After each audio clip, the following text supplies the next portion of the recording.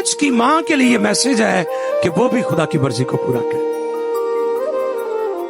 वो भी इस बात को अंडरस्टैंड करे कि मां का जो मकाम है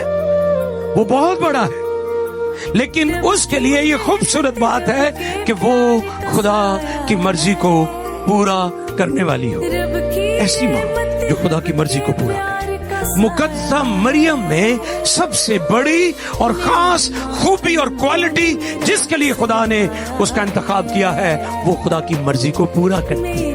क्योंकि आज बहुत सारी ऐसी माएं भी हैं, बहुत सारी अच्छी माएं हैं, हम माएं हमेशा अच्छी हैं, नो डाउट,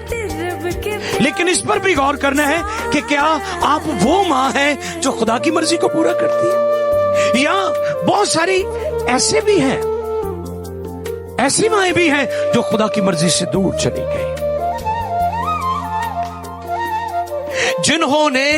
खुदा की मर्जी को मालूम ही नहीं किया, खुदा के कदमों में वक्त ही नहीं गुजारा, खुदा की मर्जी मालूम करने की कोशिश ही नहीं की। राह